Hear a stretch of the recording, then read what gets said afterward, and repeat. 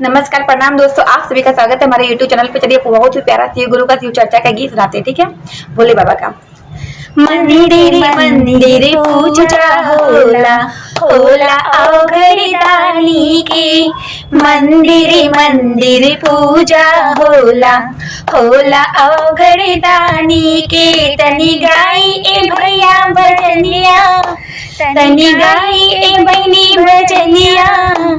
हरे हरे बम बम बोल के तनी गाई ए भैया भजनिया। हरे हरे बम बम बोल के भंगिया चढ़ाई धतुरवा चढ़ाई चढ़ाई दिलवा खोल के। भंगिया लियाई धतुरवा लियाई कियाई दिलवा खोल के। तनी गाई ए भैया भजनिया, तनी गाई ए बहनी भजनिया। हरे हरे बम बम बोल के तनी गाई ए भैया भजनिया, तनी गाई ए बहनी भजनिया। हरे हरे हरे बम बम बोल के काशी जाई जलवली आई चढ़ाई दिलवा खोल के। काशी जाई जलवली आई चढ़ाई दिलवा खोल के। तनी गाई ए भैया भजनिया, हरे हरे बम बम बोल के तनी गाई ए भैया भजनिया। हरे हरे बम बम बोल के त्रिशूल बलियाई डमरुलियाई बजाई दिलवा खोल के। त्रिशूल बलियाई डमरुलियाई बजाई दिलवा खोल के। तनी गाई ए भैया भजनिया, तनी गाई दीदी भजनिया।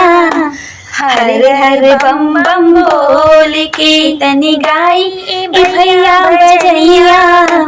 हरे हरे बम बम बोल के मंदिर मंदिर पूजा होला, होला अवघड़ी दानी की।